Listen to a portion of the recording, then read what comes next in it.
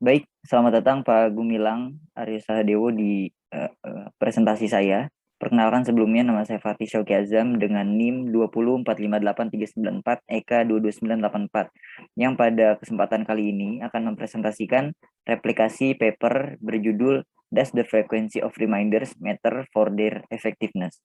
A randomized control trial dari Armenak Antinyan dan kawan-kawan tahun terbit 2021. Outline dari presentasi ini ada 6 bagian, ada pendahuluan, kesenjangan literatur, pertanyaan penelitian, metodologi dan data, hasil dan juga kesimpulan dan diskusi. Motivasi kenapa paper ini diangkat atau dilakukan adalah adanya permasalahan klasik dalam pembayaran pajak properti di Shanghai, lebih tepatnya di Baoshan, di mana wajib pajak terlambat membayar dari tenggat waktu yang ditetapkan. Bahkan disinyalir mereka lalai atau lupa, bahkan tidak membayar pajak hingga beberapa bulan lamanya. Why? Kenapa fenomena ini terjadi adalah peneliti memiliki asumsi utama karena para wajib pajak properti ini tidak aware atau kurang aware terhadap kewajiban pajak ini. Diperkuat argumen ini bahwa mereka itu diberitahu tentang kewajiban ini pada saat pertama kali membeli saja, tidak diingatkan kembali, tidak ditagih kembali pada waktu-waktu yang mendatang, sehingga sepertinya perlu adanya intervensi untuk mereka bisa membayar. Nah, how seperti sudah disinggung sebelumnya bahwa reminder adalah salah satu intervensi paling populer, kita sepakati bersama dalam mengarahkan individu ke arah tertentu. Selain karena murah atau berbiaya rendah, reminders hal yang sangat mungkin dilakukan untuk banyak orang ya, untuk banyak objek penelitian, sehingga reminders ini terhadap tagihan pajak adalah hal yang sangat mungkin dilakukan oleh peneliti maupun otoritas pajak dalam rangka meningkatkan awareness para wajib pajak di Shanghai. Kesenjangan literatur dalam di sini saya masukkan 2 poin dari banyak poin. Yang pertama, belum ada literatur yang secara khusus menjelaskan dampak frekuensi reminder terhadap efektivitas wajib pajak properti dalam membayar pajak properti tepat waktu di Shanghai. Penelitian tentang reminders dan kepatuhan ini sebenarnya sudah banyak didokumentasikan oleh banyak studi yang dilakukan oleh para ahli sebelumnya. Namun ditemukan bahwa studi-studi tersebut belum menganalisis dampak frekuensinya, baru menganalisis apakah reminders berdampak atau tidak, tapi tidak untuk frekuensinya. Nah, sehingga literatur tersebut menjadi kurang valid untuk menentukan besaran frekuensi reminder yang ingin ditetapkan oleh pengambil kebijakan pemerintah di Shanghai.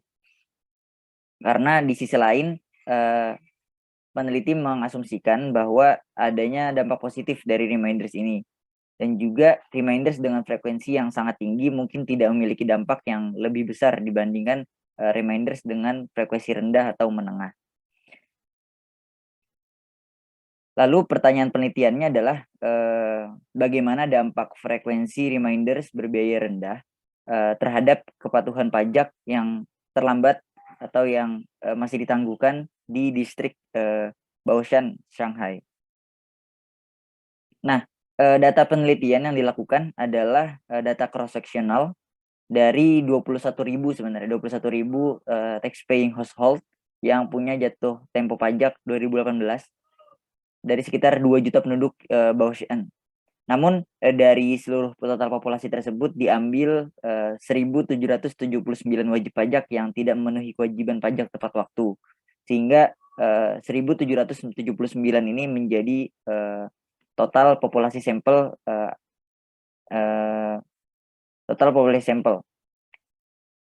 Nah, kemudian di randomisasi berdasarkan jenis kelamin dan usia ataupun karakteristik lain seperti jumlah tagihannya ke dalam 4 kelompok, yaitu kelompok treatment 1, 2, 3 dan kontrol. Nah, untuk menjawab pertanyaan penelitian itu tersebut, peneliti melakukan pengacakan tadi sudah dari data yang ada. Kemudian disusunlah 4 kelompok treatment 1, 2, 3 adalah menjelaskan bahwa treatment yang kelompok pertama mendapatkan treatment yang rendah, low frekuensi, atau satu pesan digital di pekan pertama eksperimen. Kelompok kedua adalah kelompok medium frekuensi dengan satu pesan digital setiap satu pekan, dan kelompok high frekuensi mendapatkan 2 pesan digital setiap pekannya, dan kelompok kontrol yang tidak mendapatkan pesan apapun. Dan secara jumlah peneliti membagi semuanya hampir sama ya, 444 atau 445. Waktu eksperimen dilakukan selama 2 bulan, mohon maaf, selama 8 pekan atau 8 sampai 9 pekan, dan setiap periode dihitung dalam pekan. Untuk menganalisis treatment ini, menganalisis efek dari treatment ini, peneliti menggunakan spesifikasi model PLS sebagai berikut, yaitu YI sama dengan beta 0 ditambah beta 1 T I L ditambah beta 2 XI ditambah error term, di mana Y adalah variabel independen ukuran kepatuhan pajak, T adalah indikator apakah individu mendapatkan treatment atau tidak, dan treatment golongan apa. Sedangkan X adalah variabel kontrol yang mencakup usia, jenis kelamin, jumlah pajak, dan juga jumlah bulan wajib pajak yang harus dibayar di awal eksperimen. Lalu analisis ini dikembangkan untuk mengetahui dampaknya lebih lanjut lagi menggunakan Kaplan-Meier Survival Analysis. Analisis ini berfungsi untuk melaporkan seberapa bertahannya dampak tersebut dari waktu ke waktu setelah masa eksperimen selesai, dengan menggunakan rumus yang sudah diungkapkan oleh Kaplan-Meier itu sendiri. Dalam framework paper ini, NJ adalah jumlah individu yang harus membayar, sedangkan DJ adalah jumlah wajib pajak yang akhirnya melakukannya. Lalu sebelum kita masuk ke hasil, sebelum masuk ke pembahasan hasil, dilakukan balance test pada kelompok treatment, di mana uji keseimbangan ini pada setiap kelompok treatment memastikan bahwa keempat kelompok tersebut setara atau seimbang secara statistik, seperti utang pajak, usia, jenis kelamin, dan jumlah bulan yang dibayar. Selain itu, ternyata pada prosesnya peneliti menghapus 37 dari 1779 tadi, yang ternyata mereka membayar kewajiban pajaknya sebelum eksperimen dimulai. Jadi singkatnya, setelah dilakukan analisis keseimbangan atau balance test, peneliti menggunakan 1742 wajib pajak, di mana digambarkan dalam tabel tersebut adalah N sama dengan 1742, yang merupakan sampel akhir yang digunakan dalam analisis. Nah, tabel tersebut juga mengilustrasikan bahwa sampel akhir ini seimbang secara statistik dalam hal karakteristik yang dapat diamati, yang disebutkan sebelumnya. Entah itu dari age, gender, tax debt, ataupun number of months tax paid. Lalu masuk ke hasil. Ini gambar pertama menunjukkan bahwa fraksi wajib pajak yang patuh berdasarkan kelompok treatment dengan interval kepercayaan 95%. Secara substansial, kepatuhan pajak lebih tinggi di kelompok treatment daripada kelompok kontrol, di mana kepatuhan pajak pada MF atau HF lebih tinggi daripada LF.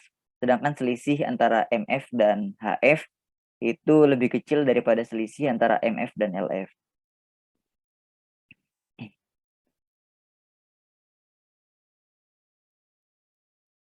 Nah, melanjutkan dari gambar tadi, peneliti melakukan Wald test untuk mencari tahu kemungkinan kepatuhan pajak apakah meningkat secara signifikan atau tidak dari setiap kelompok treatmentnya.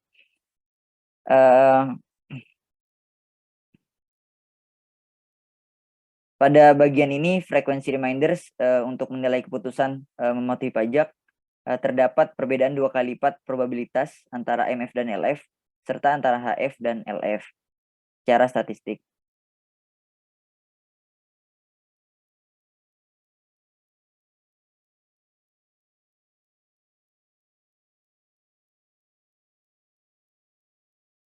ya MF 4,8% lebih tinggi dibanding LF secara signifikan, dan HF hanya 2,8% lebih tinggi dibanding MF dan tidak signifikan. Walaupun begitu, perbedaan yang tidak signifikan secara statistik disinyalir berasal dari jumlah pengamatan yang relatif rendah dalam percobaan. Namun demikian, jika perbedaan ini signifikan secara statistik pun, peneliti percaya adanya penurunan 2 kali lipat dari 4,8 menjadi 2,8 ketika membandingkan perbedaan antara MF dan LF dengan MF dan HF. Lalu masuk ke bagian pembahasan hasil dari survivor analisis. Nah, bagian ini untuk mencari tahu dinamika kepatuhan dari waktu ke waktu.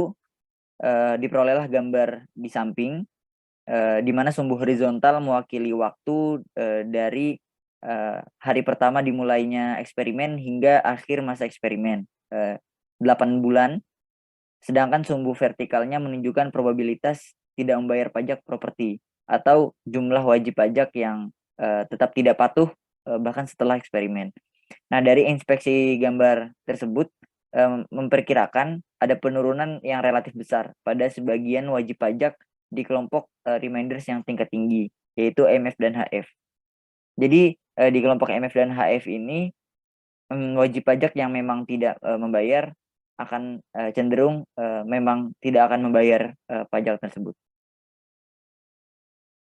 Selanjutnya terdapat uji heterogenitas, di mana pada bagian ini peneliti berusaha menilai kepekaan berbagai subkelompok treatment terhadap frekuensi pengingat. Pada tabel tersebut mengumpulkan seluruh estimasi nilai dari perbedaan-perbedaan yang mewakili individu seperti jenis kelamin ataupun riwayat pembayaran sebelumnya. Di hampir semua kelompok sepertinya kita dapat mengidentifikasi ada efek treatment yang kuat. Dalam hal ini ada kemungkinan pembayaran pajak jatuh tempo meningkat setelah intervensi reminders. Nah, sejalan dengan kolom 3 di mana yang never paid itu, subkelompok di mana wajib pajak tidak membayar pajak properti merupakan pengecualian. Nah, dari hasil tabel tersebut ada 2 mekanisme potensial yang bisa menjadi respon. Yang pertama, pembayar pajak tidak patuh mungkin tidak mudah diingatkan, terlepas dari jumlah frekuensi remindersnya. Nah, ini mungkin sangat relevan untuk pembayar pajak yang berada di tertile pertama dari distribusi utang pajak, yang lebih kecil kemungkinannya untuk menghadapi kendala likuiditas seperti pembayar pajak dengan utang pajak yang lebih tinggi. Yang kedua, sebagian kecil wajib pajak yang sebelumnya tidak pernah patuh memungkinkan menghadapi kendala likuiditas yang menghambat mereka untuk memenuhi kewajiban perpajakannya. Nah, menariknya terdapat heterogenitas atau jenis kelamin ini sensitif ya terhadap frekuensi reminder. Reminder LF dan MF memiliki dampak yang sama pada laki-laki, sedangkan pada perempuan lebih responsif terhadap LF dan MF dibanding sedangkan pada perempuan lebih responsif terhadap LF dibanding MF dan HF. Nah, perbandingan masing-masing koefisien dummy di seluruh subsampel, misal male di HF dan female di HF, menunjukkan bahwa perempuan lebih sensitif terhadap frekuensi MF dibanding laki-laki. Sedangkan frekuensi tinggi memiliki dampak yang sama ya pada kedua jenis kelamin. Nah, diskusi dari hasil tersebut adalah bahwa setiap intervensi, setiap level treatment yang dilakukan menghasilkan dampak positif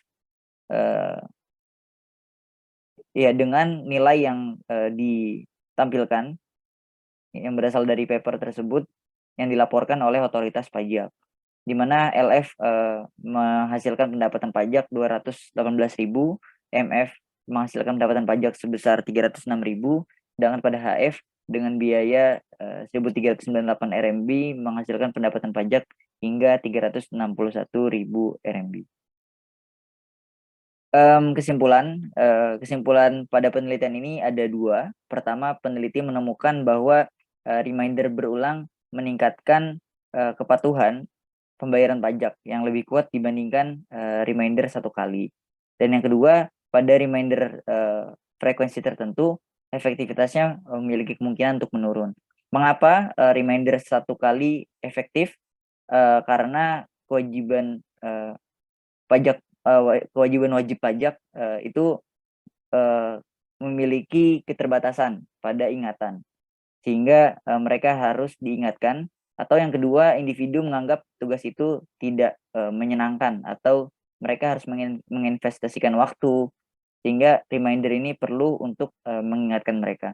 Atau yang ketiga, nggak adanya konsekuensi yang diinformasikan oleh otoritas pajak tentang konsekuensi finansial atau non finansialnya. Atau yang keempat, adanya kendala likuiditas, sehingga frekuensi satu kali pun memiliki dampak yang signifikan dalam meningkatkan kepatuhan pajak.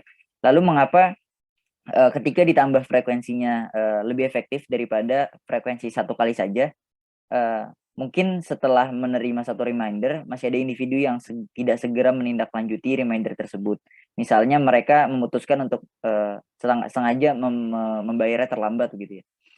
Nah, atau ada yang masih menunda-nunda karena tadi tidak menyenangkan, karena waktu mereka tersita, tenaga mereka tersita untuk membayar pajak. Dan juga mengingatkan bahwa sanksi finansial atau non finansial benar-benar absah gitu ya, benar-benar menjadi ancaman yang dapat mereka pertimbangkan untuk bisa membayar pajak. Lalu terakhir, mengapa keefektifan reminder tambahan menurun setelah frekuensinya bahkan sudah mencapai high frekuensi? Karena kemungkinan besar high frekuensi ini tambahannya tidak memiliki keuntungan real ya dalam memperoleh perhatian mereka, sehingga tekanan yang dipicu oleh 2 reminder setiap pekan pun mungkin tidak akan jauh berbeda dengan tekanan yang dipicu oleh satu reminder setiap pekan atau di middle frekuensi. Mungkin sekian presentasi hasil replikasi paper dari saya. Kurang lebihnya mohon maaf. Terima kasih atas segala perhatiannya. Assalamualaikum warahmatullahi wabarakatuh.